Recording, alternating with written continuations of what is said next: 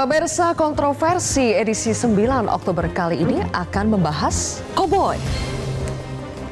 Bukan Cowboy Carter dalam albumnya Beyonce. Anda mungkin tahu ya lagu Cowboy Carter dalam album Beyonce. Nah, kurang lebih posternya seperti ini kalau dalam album Beyonce.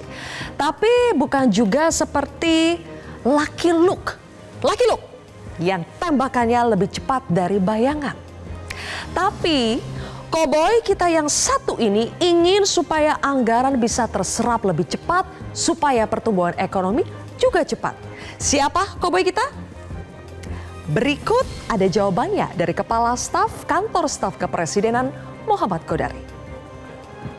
Makanya Menteri Keuangan yang baru, ya, Cowboy kita Pak Purbaya, ya.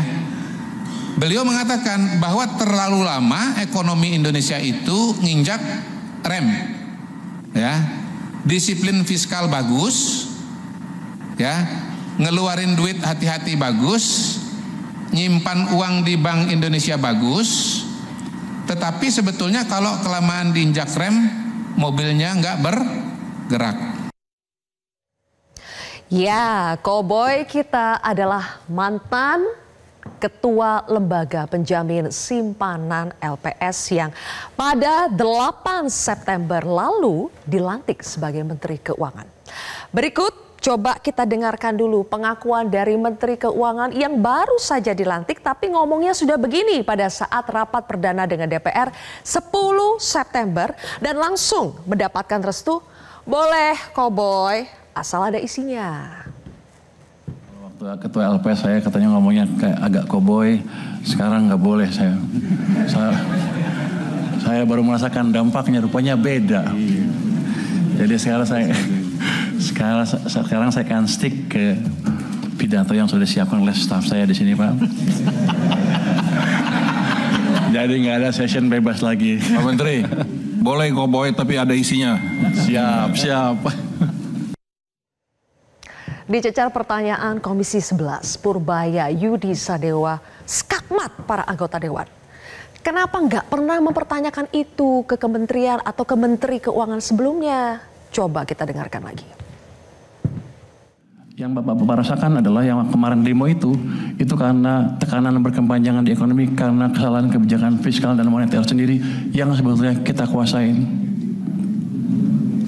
Yang jadi pertanyaan saya kan, di sini Komisi 11 rapatnya dengan Menteri Keuangan berapa ratus hari dalam setahun. Kenapa tidak pernah mempertanyakan itu? Dan sekarang saya datang ke sini tiba-tiba, udah semuanya pertanyaan banyak sekali yang harusnya sudah putus pada waktu itu. Jadi sekarang Menteri Keuangan yang baru, Purbaya Yudi Sadewa, berjanji hadir untuk bisa memperbaiki kebijakan fiskal dan moneter dengan gebrakan. Demi percepatan pertumbuhan ekonomi mulai 12 September, uang negara sebesar 200 triliun rupiah resmi digelontorkan. Yang 2 triliun masuk ke sistem perbankan hari ini dan mungkin banknya habis itu bingung berpikir nyalurin kemana.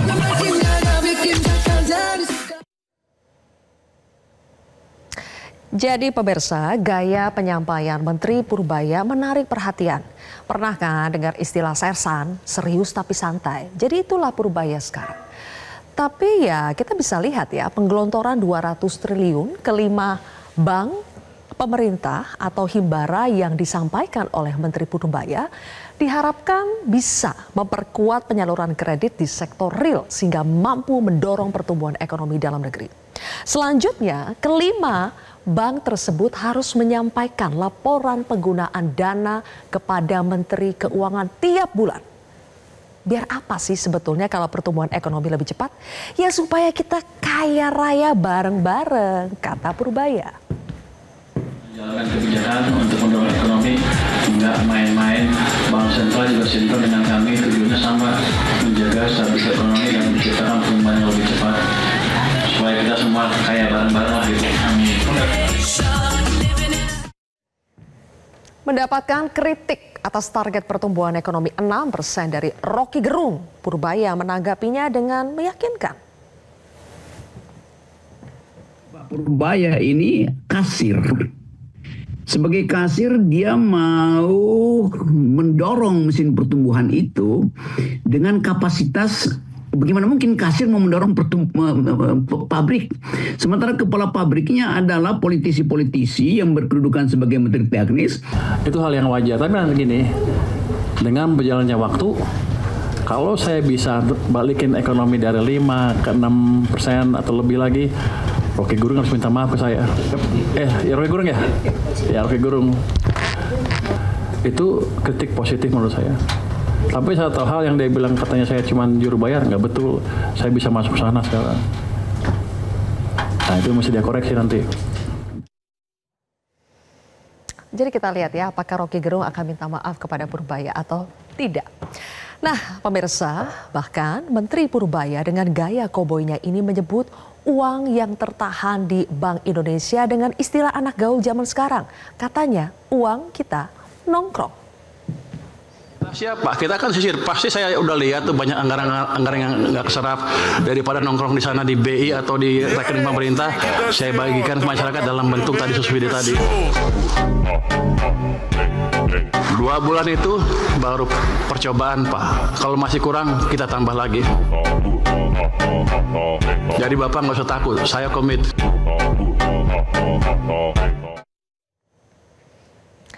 Purbaya juga menganalogikan penentu cukai rokok yang tinggi ibarat Fir'aun. Padahal cukai itu dibawa Kementerian Bapak sendiri loh. Kita dengarkan bersama.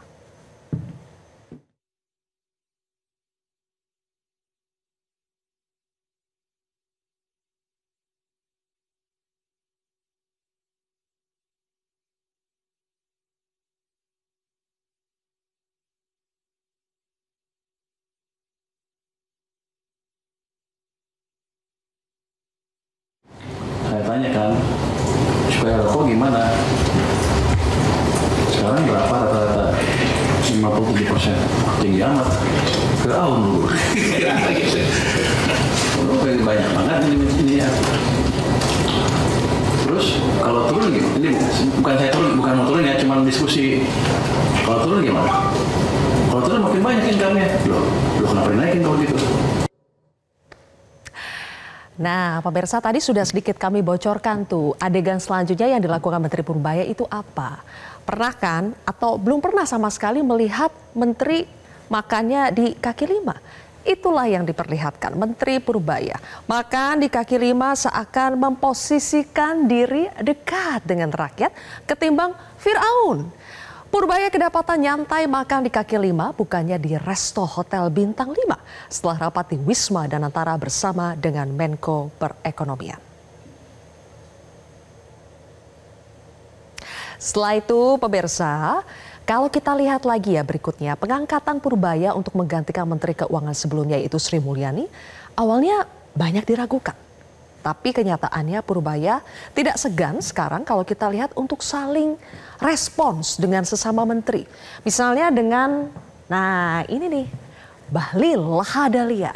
Bahkan juga berani saling saut dengan mantan atasannya, Luhut Binsar Panjaitan. Kalau dengan Menteri Bahlil, Menteri ESDM, Purbaya saling saut data soal subsidi LPG 3 kg. Coba kita simak perdebatan mereka seperti apa. Untuk LPG 3 kg, subsidi mencapai 70% dari harga keekonomian. Itu mungkin Menkyu-nya salah baca data itu. Biasalah kalau ya mungkin butuh penyesuaian. Mungkin Pak Bahlil betul, tapi kan kita lihat lagi seperti apa. Kemudian di tengah isu keracunan makan bergizi gratis MBG, Purbaya juga melempar ancaman pemotongan anggaran. Pastikan juga bahwa penyerapan anggarannya sekarang kelihatan sangat membaik, sehingga Menteri Keuangan tidak perlu nanti ngambil-ngambil anggaran yang tidak terserap. Ya, kalau nanti akhir Oktober ya saya bisa prediksikan berapa penyerapannya. Kalau kurang ya kita ambil uangnya, tapi kalau emang lebih ya kita tambah. Bukan saya mandor, tapi kalau uangnya nggak dipakai saya ambil gitu aja kira-kira. Jadi pemirsa, bukannya mandor katanya, tapi jika serapan anggaran hingga akhir bulan ini lebih kecil, DOR akan kena pemangkasan. Tapi kalau terserap dan juga butuh tambahan, akan jelas dikasih jempol alias akan dilebihkan oleh Menteri Purbaya. Tapi data dari Badan Gizi Nasional atau BGN menyebutkan pada 1 Oktober penyerapan anggaran untuk MBG itu baru 34%. Meski diproyeksikan nantinya pembangunan Satuan Pelayanan Pemenuhan Gizi atau SPPG sepanjang Oktober itu akan menyerap lagi sampai 10 triliun, tetap saja diperkirakan akan ada sisa anggaran MBG tahun 2025 sebanyak 40 triliun sampai akhir Oktober. Jadi apakah BGN nanti akan diancungi jempol seperti signaturenya Pak Purbaya atau ya justru akan jempolnya ke bawah gitu ya. Nanti kita akan lihat seperti apa hasilnya. Tapi ngomong-ngomong pose jempol, ini sudah jadi passwordnya Pak Purbaya saat dibidik kamera wartawan. Jadi kalau kita dengarkan ya, wartawan itu setiap menyapa Pak Purbaya selalu minta jempolnya Pak, jempolnya Pak. Jadi gara-gara Purbaya, pose jempol tidak cuma jadi tren bapak-bapak komplek, tapi sudah approve by misalnya. Coba kita lihat, approve by bapak-bapak Menteri Kabinet Prabowo Gibran. Ada lagi approve by otorita IKN. Ada juga anggota dewan, ya kan? Anggota dewan, sampai ya para jamaah, warga itu juga ikut-ikutan jempol. Jadi pemirsa, gaya koboi Purbaya ini sudah menuai harapan. Rakyat menganggap menteri yang satu ini ada di pihak rakyat, bukan kekuasaan. Tapi rakyat juga tidak ingin target pertumbuhan ekonomi 6% itu hanya isapan jempol belaka di saat pertumbuhan ekonomi sekarang masih 5,12% di tengah tingginya angka kemiskinan dan pengangguran. Jadi Purbaya, koboi kita, buktikan.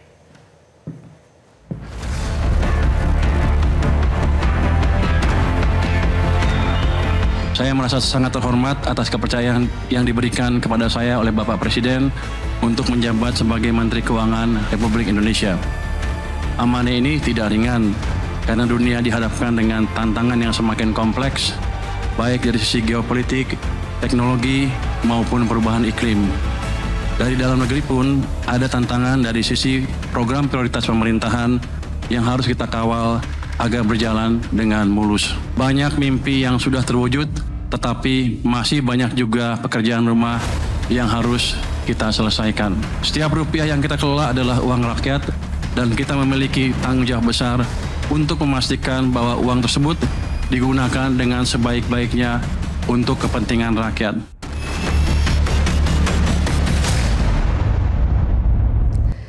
Baik pemirsa, untuk membahasnya sudah hadir 4 narasumber di studio Metro TV. Di sebelah kanan saya ada tenaga ahli Badan Komunikasi Pemerintah, yaitu Mas Fitra Faisal Hastiadi. Mas Fitra, selamat malam. Selamat malam. Mana jempolnya? Baik.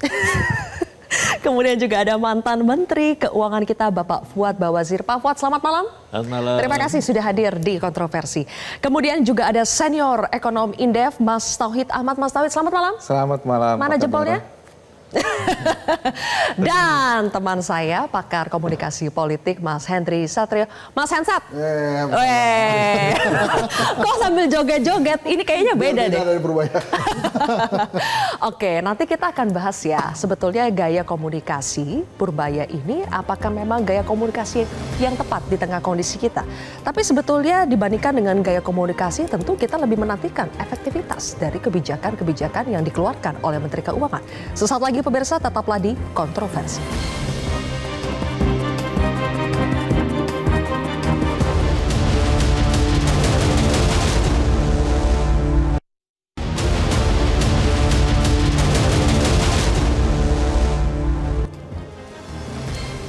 Oke, pemirsa, langsung saja kita bahas. Mas Hensat, saya mulai dari Anda dulu. Sempat kepleset ya di awal pada saat baru dilantik.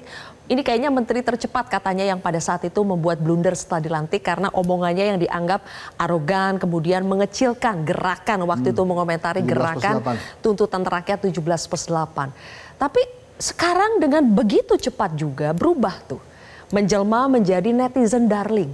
Kenapa bisa begitu, Mas Hensat? Jadi yang pertama memang ini kan gaya Menteri Keuangan yang baru ya.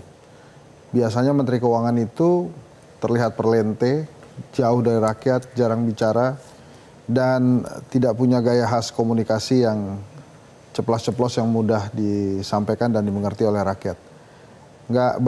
Bukan nggak banyak, ini baru kali pertama Menteri Keuangan ngajak rakyat kaya bareng-bareng, gitu ya. Bahkan kawan baik saya berseloroh, kalau dengerin Purbaya ngomong tuh kelihatannya kita bulan depan kaya semua deh. Tajir semua kita tuh. Itu maksudnya tonnya positif apa? Positif. Nyinyir itu? Positif ya? Positif, karena dia menilai bahwa apa yang disampaikan Purbaya itu membuat optimisme baru. Terlepas dari gayanya dia, optimismenya juga ada. Ini kalau di teori komunikasi namanya konsistensi kognitif. Jadi dia masuk dengan gaya yang diharapkan masyarakat untuk bisa memecahkan kebuntuan tentang ekonomi keluarga, tentang kesulitan rakyat, tentang kantong yang tipis, gitu ya. Maka karena masuknya dari kantong yang tipis tadi, sebetulnya rakyat tunggu kapan kira-kira kantongnya jadi tebal.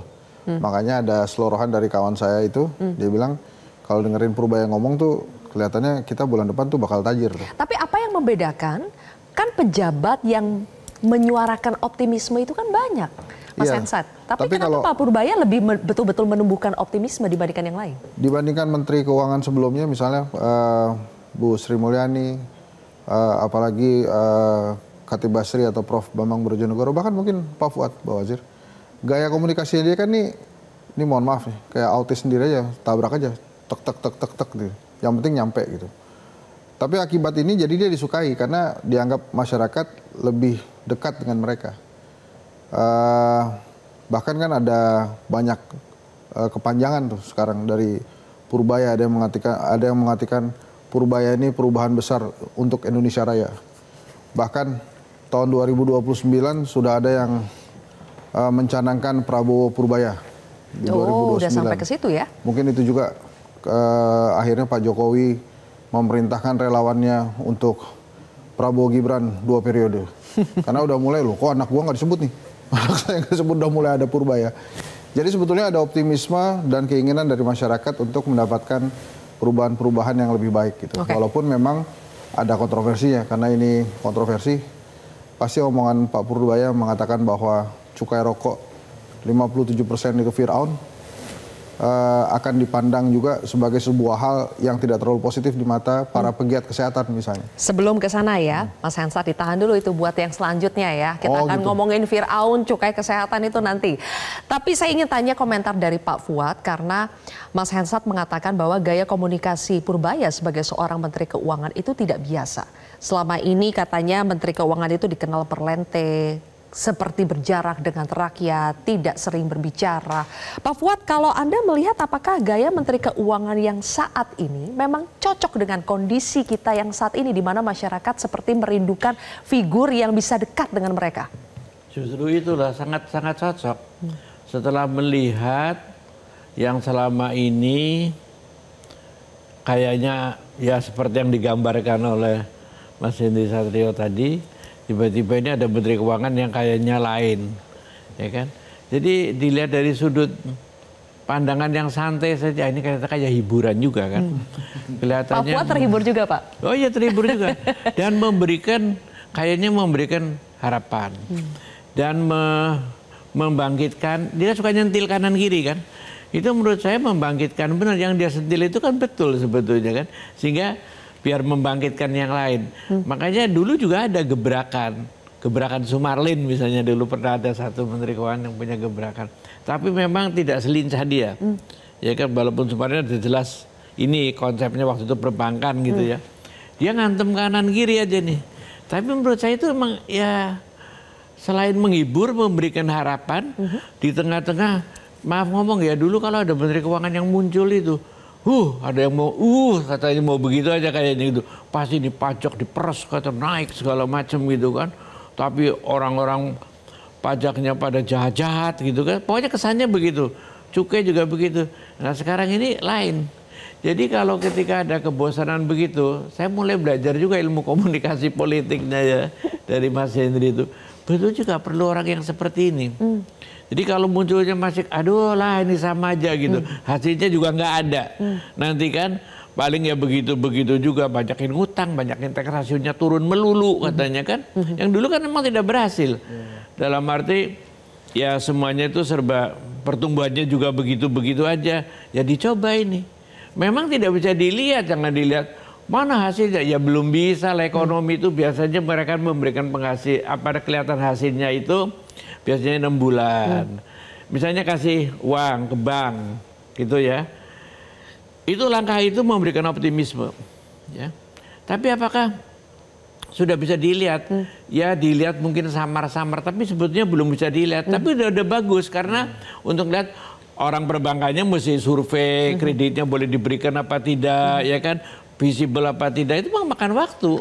Prosedur-prosedur seperti itu. Jadi tidak bisa kita menuntut hasilnya cepat ya? Nggak bisa menuntut hasilnya cepat, tapi caranya dia itu yang memberikan harapan-harapan, ya itu bisa memberikan dukungan. Tapi saya cuma menyarankan juga pada dia supaya beliau itu mulai ya menertibkan juga orang-orang di dalamnya, karena banyak juga orang-orang. Di dalam mana nih Pak? Ya di dalam kementeriannya. Kementerian Keuangan sendiri? Iya dong, Kementerian Keuangan kan. Karena memang ini penyakit yang sedang dimusuhin betul, ya diberantas betul oleh Pak Prabowo ini kan masalah korupsi. Nah saya yakin di Kementerian Keuangan juga banyak korupsi. Ya, di kementerian semuanya aja, di semua lapisan, karena memang sudah kuat sekali. Nah ini juga dia juga jangan lupa, di dalamnya juga ngasih contoh. Semuanya itu didemikiankan, insya Allah nanti akan menjadi lebih meyakinkan lagi kerjanya itu. Pak Fuad, maaf pernah nyesel gak? Wah mestinya saya waktu itu jadi Menteri Keuangan kayak gitu tuh gayanya. Pernah kepikiran gitu? Enggak, itu gaya itu kan sudah memang bawaannya kan. Gitu. Bawaannya dia gitu loh. Saya rasa memang sebelumnya juga ini orang sudah begitu.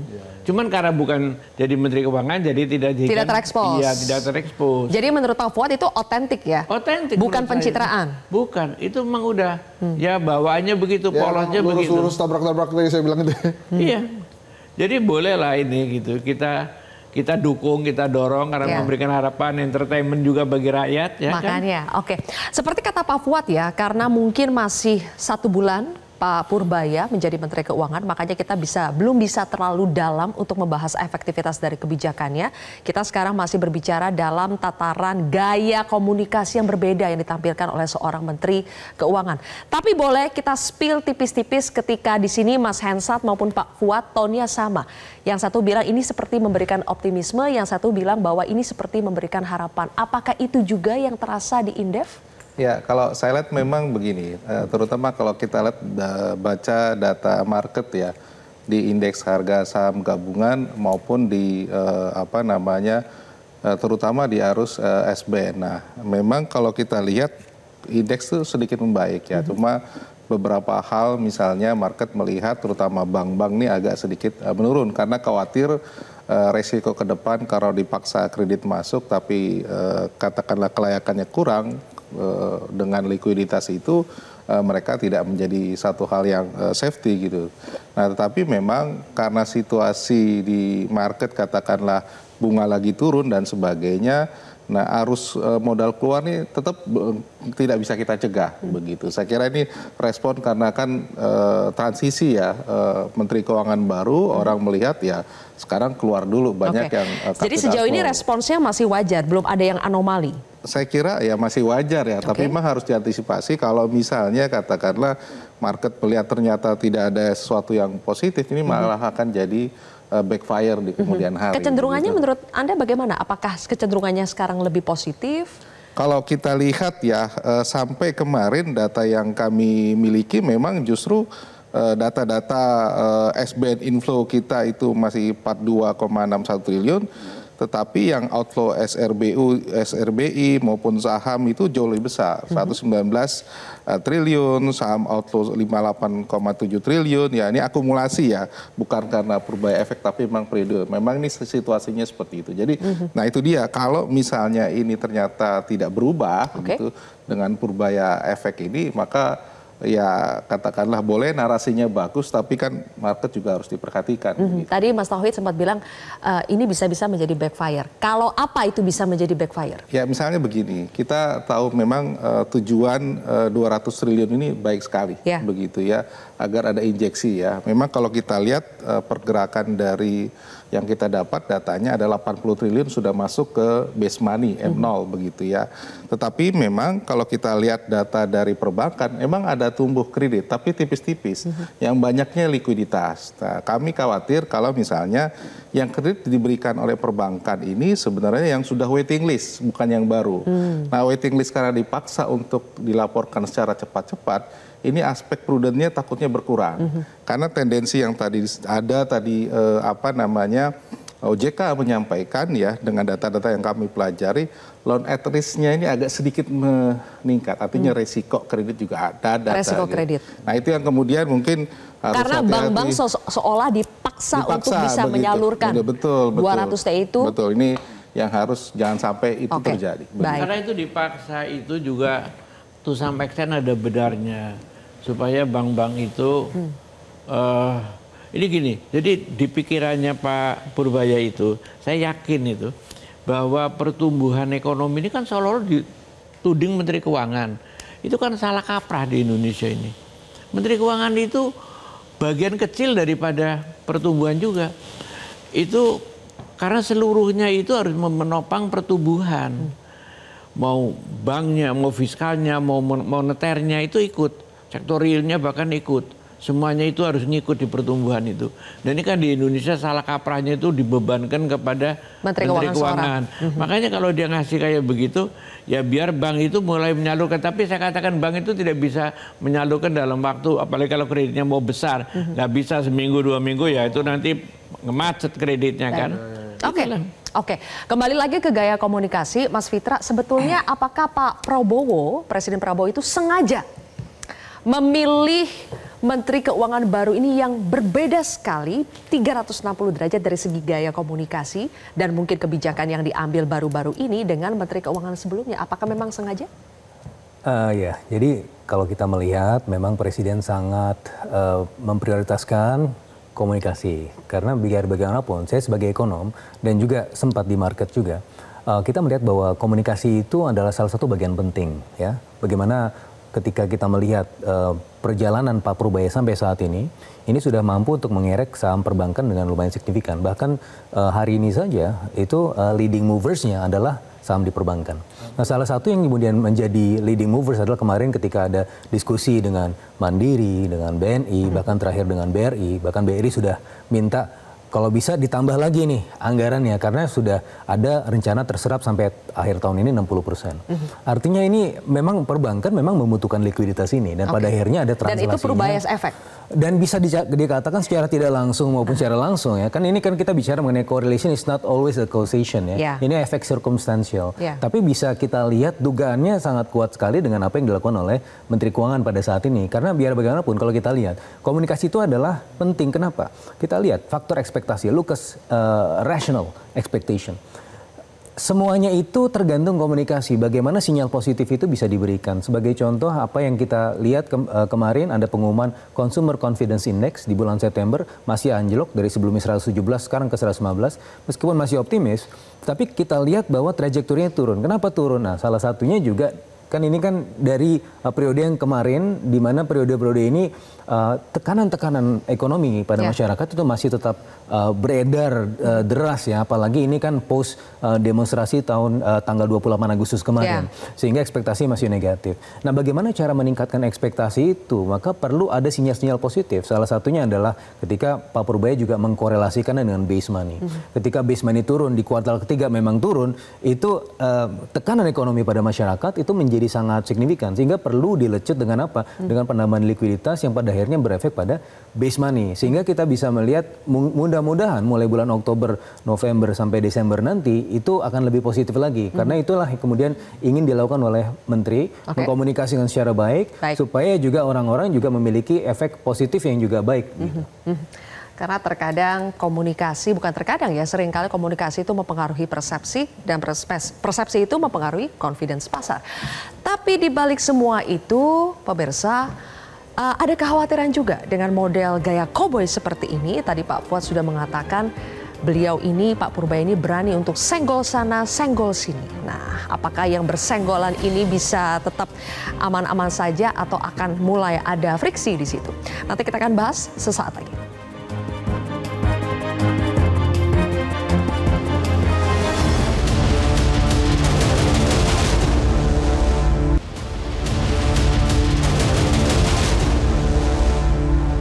Untuk LPG 3 kg, subsidi mencapai 70% dari harga keekonomian. Itu mungkin Menkyu-nya salah baca data itu. Biasalah kalau ya mungkin butuh penyesuaian. Mungkin Pak Bahlil betul, tapi kan kita lihat lagi seperti apa. Kami pastikan juga bahwa penyerapan anggarannya sekarang kelihatan sangat membaik, sehingga Menteri Keuangan tidak perlu nanti ngambil-ngambil anggaran yang tidak terserap. Ya, kalau nanti akhir Oktober ya saya bisa prediksikan berapa penyerapannya. Kalau kurang ya kita ambil uangnya, tapi kalau emang lebih ya kita tambah. Bukan saya mandor, tapi kalau uangnya nggak dipakai saya ambil gitu kira-kira. Mas Hensat, gaya komunikasi Purbaya yang senggol sana, senggol sini akan jadi bumerang nggak ya buat Pak Purbaya sendiri? Ya kalau keseringan dan kemudian tanpa ada kenyataan yang mengubah situasi ya pasti akan jadi bumerang. Tapi kan kalau kita lihat masyarakat suka sosok pejabat-pejabat yang memang berbeda dengan pejabat sebelumnya.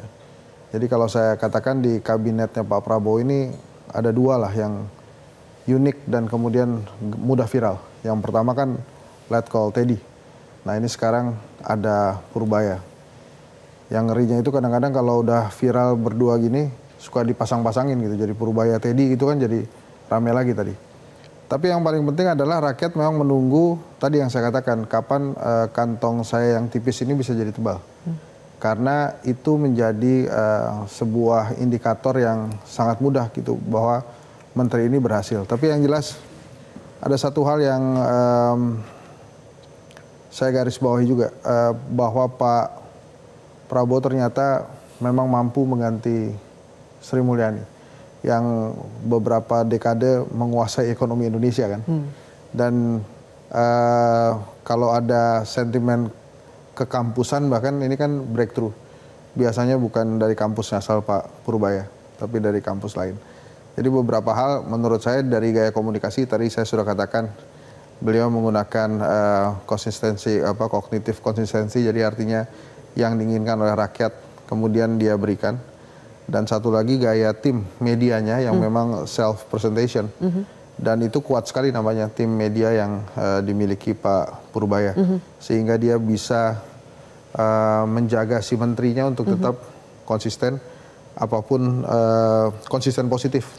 Kalau sudah ada tim media seperti ini, Mas Hensat, masih bisa kita bilang itu otentik atau ini sudah ya branding ya, sudah ada pencitraan di situ? Ada hal yang tidak bisa ditipu kan. Jadi maksud saya ada drama-drama yang memang aslinya artisnya begitu gitu. Kalau saya lihat sih Pak Purbaya emang modelannya begitu. Saya yakin tim komunikasinya lumayan panik pada saat anak beliau menyampaikan hal-hal yang seperti yang tadi disebut ya. Bahkan bawa-bawa CIA itu kan pasti panik tuh. Nah mungkin itu hal pertama yang ditutup oleh tim komunikasinya Purbaya. Tapi kan setelah itu nampaknya mereka konsisten untuk memberitakan Pak Purbaya dimanapun dia berada dan apa yang disampaikan tentang kebijakan-kebijakannya Pak Purbaya. Menurut saya bila ada pejabat memiliki tim komunikasi itu baik karena itu lebih memudahkan rakyat untuk mengetahui kira-kira kebijakan seperti apa yang akan disampaikan. Justru yang menarik adalah pada saat tadi Metro TV menampilkan Pak Luhut. Karena kan didesas-desuskan ini anak buahnya Luhut, Binsar Panjaitan. Orang Luhut katanya. Orangnya Luhut gitu. Tapi kalau saya tidak salah di salah satu kesempatan Purbaya sempat mengatakan saya nggak takut sama Luhut. Itu kalau mau saya ambil aja gitu. Kalau saya nggak salah begitu ya. Jadi artinya memang orang ini unik dan karena unik menjadi pusat perhatian. Nah, tapi jangan lupa bahwa yang namanya spotlight itu pasti banyak orang yang menginginkan. Jadi kalau Anda berada di spotlight terlalu lama, bisa-bisa Andanya terbakar. Kalau tidak dengan segera menyampaikan hasil-hasil lugas yang memang dinantikan oleh rakyat. Baik.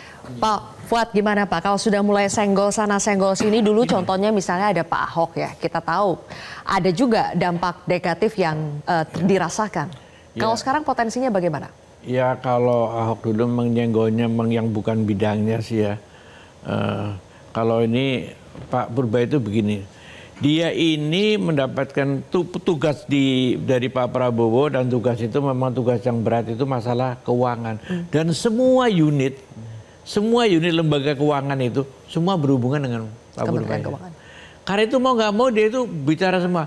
MBK apaan ini loh, duitnya udah keluarnya masih baru sedikit begini. Jadi kan dia ya tergerak lagi diperbaiki. Misalnya ini Pertamina subsidinya begini, ya ada pergerakan lagi. Jadi supaya ada dinamisasi, dia bisa ngomong ke PU, dia bisa ngomong kemana. Cuman sekarang dia ngomongnya terbuka, dulu kan menteri belakang atau memang tidak diomong sama sekali kan dalam Menteri Keuangan yang lama. Jadi memang dari sudut fungsinya itu memang dia berhubungan dengan semuanya. Tidak ada yang tidak berhubungan dengan Menteri Keuangan. Semua itu gedor Menteri Keuangan tuh tiap hari itu. Jadi mau nggak mau memang berhubungan dengan semuanya gitu. Kan menteri-menteri yang lain kan tidak saling hubungan. Pokoknya gue udah terima duit. Nah ini duit ini sekarang mesti hati-hati. Misalnya dulu dibilang juga waktu Menteri Keuangan yang lama, ini uang udah pada diambil, pada bayar bunga, uangnya disimpenin juga sampai banyak. Ya kan? Untuk berjaga-jaga. Dia nggak ngitung begitu. Dia hitung, ya gua pakai aja lah dulu. Yang penting berarti ini kan nanti ada uang masuk lagi dari pajak. Dihitung yang relatif lebih pas lah untuk keperluannya sehari-hari gitu. Tapi dia nggak nampung uang. Dulu tuh serang aja Menteri Keuangan yang lama itu ada kelebihan anggaran, disimpan uang itu banyak bener. Padahal itu uang berbunga loh. Ya, itu nganggur. Dia nggak mau seperti itu. Tapi di situ di satu pihak dia juga menegurin kepada menteri-menteri yang tidak melaksanakan disbursement. Kalau nggak dibilang, gue tarik aja, ngapain gue kasih duit. Dan menurut Anda itu tepat Pak ya? Iya. Begitu ya? Oke. Langkah Purbaya tadi seperti Pak Fuad bilang, menggedor pintu-pintu kementerian dan lembaga lain karena memang wewenangnya juga untuk selalu mengawasi dan berhubungan dengan anggaran negara. Tapi kali ini giliran Pak Purbaya yang dalam tanda kutip digedor juga oleh sejumlah gubernur yang ramai-ramai datang untuk menagih, untuk menanyakan soal pemotongan TKD, transfer ke daerah. Coba kita simak, ada pembelaan dari Menteri Dalam Negeri, Mendagri, Bapak Tito Karnavian. Kita simak bersama. Lakukan exercise dulu. Ya. Jadi jangan melihat angka, kemudian dibandingkan dengan tahun ini, di tahun depan, angkanya berkurang, langsung kemudian bereaksi menyatakan kami kurang. Tar dulu, lakukan dulu exercise untuk melakukan efisiensi. Saya bilang tadi, belanja ya, sambil mencari peluang inovasi untuk pendapatan. Baik, Mas Tauhid, bagaimana komentar Anda ketika ada belasan atau sampai puluhan ya gubernur yang mendatangi Pak Menteri untuk menyampaikan soal pemotongan ini, dan highlightnya adalah mereka merasa bahwa respons dari Menteri Keuangan itu cukup open, mereka bisa dengan leluasa, unek-unek mereka bisa didengarkan. Ya, saya kira yang pertama ya, ini kan 2024-2025 berkurang sekitar 5%, tapi yang beresiko tinggi adalah tahun depan. Sekitar 24% ya, angkanya biasanya 900 triliun menjadi 650 triliun dan kemudian dinaikkan oleh Pak Purbaya menjadi 693 triliun. Tentu banyak hal yang kemudian berubah ya, terutama kalau kita lihat yang bergeser itu misalnya dana bagi hasil turun sekitar 70%, dana insentif fiskal 70%, DAU sekitar 15%. Nah, memang kekhawatiran daerah adalah pada komponen belanja pegawai ya, karena ada pegawai pegawai tambahan yang dibayar oleh daerah yang kemungkinan itu tidak bisa dibiayai dengan skema yang baru ini ada ya. Nah, menariknya adalah ini kan banyak program karena di daerah kan juga menganut otonomi daerah, di mana mereka juga harus menafsirkan misi-misi kepala daerah. Nah, itu yang kemudian tidak bisa dibiayai dengan skema yang baru ini gitu. Memang dipaksa untuk melakukan penyesuaian. Nah, khawatirnya itu ada yang sudah janji secara politik atau terdokumentasi dalam RPJMD tidak bisa dialokasikan begitu. Ini yang kemudian memang khawatirnya adalah ya target-target pertumbuhan ataupun lain-lain infrastruktur ke masyarakat dan sebagainya kurang. Memang dengan forum kemarin pasti kan ada proposal baru. Berapa realistis yang kemudian bisa ditambah ya. Nah memang kalau kita lihat ya tidak bisa karena kemarin kan baru Oktober diputuskan. Ya mudah-mudahan nanti di Januari Februari dengan formulasi ini ada tambahan lagi dan itu bagi keputusannya daerah. Di Menteri Keuangan? Iya betul, saya kira tapi kan harus berkomunikasi dengan parlemen. Kalaupun ada tambahan dan sebagainya karena perubahan katakanlah perubahan asumsi sekitar 10% itu termasuk juga yang tadi itu harus konsultasi begitu. Nah menurut saya memang karena kan biasanya transfer ke daerah naik ngikuti pertumbuhan. Kalau biasanya 4-5% naik ya daerah naik. Nah sekarang ini yang berubah gitu ya. Nah meskipun katakanlah kata Pak Purbaya sebenarnya ada program KL lain yang kemudian sebenarnya lebih besar ya 1.300 triliun, tetapi kan pemerintah daerah nggak tahu ini yang di luar transfer ke daerah itu mana aja gitu. Apakah KL ataupun bantuan sosial. Nah ini yang belum dijelaskan oleh Pak Menteri ke daerah sehingga daerah juga paham bahwa ada lainnya begitu. Oke. Persoalan senggol sana senggol sini ini Mas Fitra, bagaimana di Badan Komunikasi Pemerintah ini mengantisipasi supaya justru tidak terjadi friksi antar sesama pembantu presiden? Tidak ada friksi, tidak ada senggol-senggolannya. Ini suatu hal komunikasi yang sehat ya menurut kami. Dan juga kalau kita lihat ya bagaimana apa yang dilakukan oleh Pak Menteri ini adalah memang betul-betul mempush supaya anggaran itu tepat guna dan tepat sasaran sesuai dengan Undang-Undang Keuangan Negara 17 tahun 2003. Karena selama ini banyak anggaran yang terparkir dan tidak digunakan sehingga beneficiaries paling utamanya masyarakat itu tidak mendapatkan manfaat yang paling utama. Karena selama ini kita juga melihat bagaimana the drop of middle class, the struggling middle class turun dari 2019 sampai 2024 itu anjloknya 9,5 juta orang. Tahun 2019 middle class kita jumlahnya 57,3 juta. Sekarang tahun 2024 angka terakhir cuma tinggal 47,9 juta.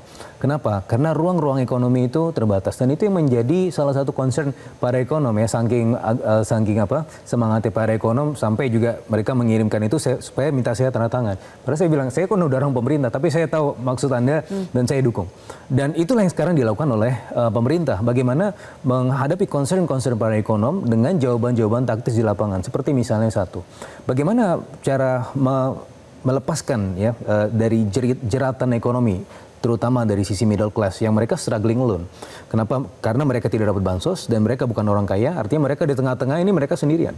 Bagaimana cara menemani mereka? Ya, injeksi likuiditas 200 triliun rupiah. Ini efeknya seperti apa? Menurut beberapa simulasi praktis, kita melihat bahwa akan ada dampaknya terhadap ekonomi dari sisi base money itu akan menimbulkan multiplier effect dan akan ada economic growth sekitar 0,3 sampai 0,4% setidak-tidaknya di kuartal 1 tahun depan. Dan juga kalau kita lihat bagaimana concern para ekonom juga ini pemerintah terlalu dominan di ekonomi. Nah, dengan injeksi likuiditas itu, sebenarnya Pak Purbaya juga ingin menyampaikan bahwa 200 triliun ketika diinjeksi ke perbankan bekerja sehingga kemudian menghasilkan agen-agen di sektor real yang mana pada akhirnya bukan pemerintah yang bekerja untuk melanjutkan pertumbuhan ekonomi, tetapi agen-agen di sektor real itu sehingga tidak menimbulkan crowding out effect. Dan kalau kita lihat Mbak Sylvia terakhir, meskipun ini pendekatannya lumayan agresif, tapi kita lihat yield rate dari bond kita itu antara 6,1 sampai 6,2%, tidak terlalu tinggi. Artinya apa? Artinya pasar juga masih melihat bahwa agresif ini adalah agresivitas yang terukur. Tapi saya tambahin Mbak, ini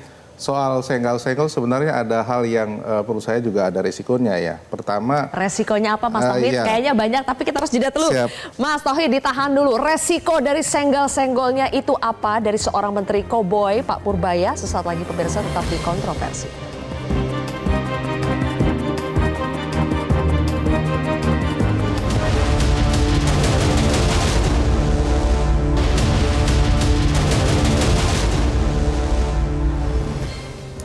kalau menurut Mas Fitra tidak ada senggol-senggol, tidak ada friksi-friksi, semuanya masih dalam batas perdebatan yang sehat antar pembantu presiden. Tapi sebaliknya tadi Mas Tauhid mengatakan ini ada risikonya kalau terus senggol-senggolan. Apa itu, Mas? Ya, yang pertama tentu saja ya, bagi dunia usaha ketika antar menteri saling berbeda pandangan, itu kan berarti tidak ada kepastian. Apakah kebijakan, program, dan sebagainya. Misalnya, para pelaku usaha di sektor migas ya, ketika tidak ada kepastian apakah nih pemerintah akan masuk atau tidak untuk membangun kilang, akhirnya kan mereka ragu-ragu ini yang bisa dipegang apakah Menteri ESDM atau Menteri Keuangan begitu. Itu kan saya kira risiko pertama itu. Yang kedua adalah soal sinergi begitu ya, antar menteri dalam banyak program begitu kan, masing-masing sudah punya kewenangan atau urusan masing-masing. Ketika membuktikan bahwa di ruang publik itu begitu terbuka, berarti kan ada masalah di internal. Kenapa ini nggak dibicarakan di dalam begitu, hal-hal yang sangat fundamental, sehingga ya memang yang dibutuhkan oleh para pelaku usaha ya butuh keterpaduan, karena katakanlah di sektor ini agar katakanlah demand muncul ya. Kemudian Menteri Keuangan mendukung, bukan saling meniadakan, padahal itu penting. Nah, yang saya kira itu yang saya kira berisiko tinggi. Sehingga bagi masyarakat atau pelaku usaha, kalau ini model seperti ini nanti ke depan maka akan merugikan kepastian dan ketidakpastiannya akan semakin besar. Oke. Ada dua risiko itu, Mas Fitra, soal kepastian dan juga harusnya bisa lebih bersinergi ya antar internal ya. Tidak ada masalah sinergi ya, soal kepastian segala macam Pak Purbaya sudah menyerahkannya kepada Kementerian Teknis. Seperti misalnya ada permintaan atau pertanyaan-pertanyaan terkait dengan energi, ya silakan dikomunikasikan dengan Kementerian SDM. Apa yang disampaikan Pak Purbaya adalah dalam konteks bagaimana pengelolaan keuangan negara dan bagaimana nilai keekonomian dan seterusnya, yang mana memang kadang-kadang itu memang berlintasan dengan kementerian yang lain, tetapi sebenarnya tidak ada masalah di situ. Dan kalau saya melihat juga tadi meminjam istilahnya Pak Henry Satrio, ini kan gaya komunikasi yang sangat bisa diterima publik ya, karena saya juga melihat ya bagaimana kalau kita melihat Pak Purbaya ini sebenarnya kan bapak-bapak komplek yang jadi Menteri Keuangan ya. Jadi kan ini kan gaya bapak komplek ya, ke bawah jadi Menteri Keuangan. Tapi akhirnya orang-orang merasakan bahwa ini adalah kita, Kementerian Keuangan tidak terlalu jauh, ya bisa kita berkomunikasi, dan bahkan teman-teman market ya, saya kan juga masih di market, market pengusaha segala macam. Sepertinya sekarang Menteri Keuangan dekat dengan kita, ya meskipun mereka belum pernah berinteraksi dengan langsung, tapi mereka melihat hampir setiap hari di media, di netizen juga kemudian sangat positif ya vibes-nya. Nah ini menjadi semacam ekspektasi positif, yang mana ini sebenarnya menjadi satu tantangan juga. Ketika ekspektasi itu tidak mampu dipenuhi, juga tentunya ada tantangan-tantangan. Tapi setidak-tidaknya kita sudah melihat bagaimana nanti setidak-tidaknya di kuartal keempat itu efek ekspektasi positif akan mampu membawa efek-efek positif juga, karena kan Tuhan sesuai dengan prasangkaan hambanya. Ya, kalau kita lihat juga bagaimana kita lihat spending behavior dari masyarakat, orang-orang bukan nggak punya duit, Pak. Banyak masyarakat Indonesia yang top 20% ya income itu yang belanja di luar, bukan di sini. Nah, ketika ada efek positif ini berarti akan memberikan sinyal positif mereka untuk spending dan investasi juga di Indonesia. Oke, kita menunggu sinyal positif itu berubah betul-betul menjadi aksi yang betul-betul konkret positif, yaitu betul-betul bisa dirasakan oleh masyarakat seperti kata Mas Hensat tadi. Kita menunggu dompet kita tebal. Jadi Mas Hensat dengan gaya komunikasi koboi ala-ala bapak-bapak komplek kalau kata Mas Fitra seperti ini, menurut Anda ini harus tetap dipertahankan atau harus bisa fleksibel juga sesuai dengan situasi kondisi nanti? Ya dipertahankan, fleksibel plus-plus lah. Jadi semuanya harus digabungkan. Karena kan perbedaan yang memang kentara sekali dari ekonomi di zaman Pak Jokowi dan Pak Prabowo kan, waktu di Pak Jokowi itu secara fiskal, pungut dan hutang itu kan besar sekali. Kemudian bahasa rakyat sering sekali digunakan oleh Pak Jokowi, artinya dikit-dikit BLT, dikit-dikit bansos gitu ya. Nah ini yang belum terjadi di zamannya Pak Prabowo karena konsentrasinya beliau ke MBG, Koperasi Merah Putih dan lain-lain. Memang saya dengar katanya akan ada stimulus ekonomi yang akan digelontorkan oleh pemerintah, walaupun itu pasti dirahasiakan. Kita belum tahu apa. Yang jelas saat ini masyarakat menghadapi dua hal yang cukup mengintai di perekonomian keluarga. Sudah 16,2 triliun nanti. Oh ya, yang pertama adalah BBM yang kalau di luar Jawa konon kabarnya ngantri karena memang SPBU swasta yang kesulitan sekali untuk mendapatkan BBM. Kemudian yang kedua pembatasan beras. Kalau ini di Jakarta terjadi. di beberapa pusat perbelanjaan sudah ada pembatasan beras, bahkan ditulis bahasanya pembatasan pembelian beras. 5 kg hanya bisa 2 kantong, 10 dan 20 kg hanya bisa 1 kantong. Tentu saja ini harus hati-hati karena 2 variabel itu, beras dan BBM, biasanya cukup mengganggu ekonomi, maka stimulus dari pemerintah ini perlu kita tunggu. Dan itu tidak bisa ditolong dengan gaya komunikasi apapun ya. Harus memang kita butuh buktinya mana ya. Oke, Pak Fuad, jadi catatan terakhirnya apa yang harus diantisipasi dengan gaya yang injak gasnya seperti ini? Apa yang harus diantisipasi dari Menteri Pak Purbaya? Singkat Pak. Sebetulnya saya berharap betul dan mudah-mudahan ini memang yang sedang dikerjakan oleh Pak Purbaya. Yang sebelumnya sudah dikerjain oleh Sekretariat Negara, terus terang aja yang saya tahu, untuk metani, ya, untuk menyisir satu persatu anggaran kita itu sudah seperti, maaf ngomong, orang udah masuk ke kamar mandi WC yang bau, tapi karena udah lama sekali berbau, akhirnya nggak terasa lagi. Ya, toilet kebal maksudnya ke toilet, kebal. Jadi terus terang aja, ini waktu di peta ini kan terjadi dana efisiensi yang banyak kan itu. Jadi nggak bisa lagi departemen ngomong, oh pokoknya nanti tahun ini saya akan naik 10%, itu aja. Itu sudah banyak betul kebocorannya menurut saya. Kalau istilahnya yang banyak dipakai istilah bebasnya itu bocor dalam arti tidak efisien ya. Nah, itu Pak Purbaya mulai seperti itu. Kalau perlu nanti ada departemen yang kurang, nggak usah banyak cerita dan masyarakat tidak usah mendukung. Kalau yang kurang sebanyak ini dalam rangka menuju anggaran yang sehat. Itu. Baik. Terima kasih Pak Fuad, Mas Fitra, Mas Hensat dan juga Mas Tauhid. Terima kasih sudah bergabung di Kontroversi. Pemirsa, ada koboi naik kuda di pacuan, maunya cepat serap anggaran. Agar ekonomi jadi jempolan, beri waktu Menteri Keuangan. Saya Zilvia Iskandar pamit undur diri. Terima kasih telah menyaksikan Kontroversi. Terima kasih.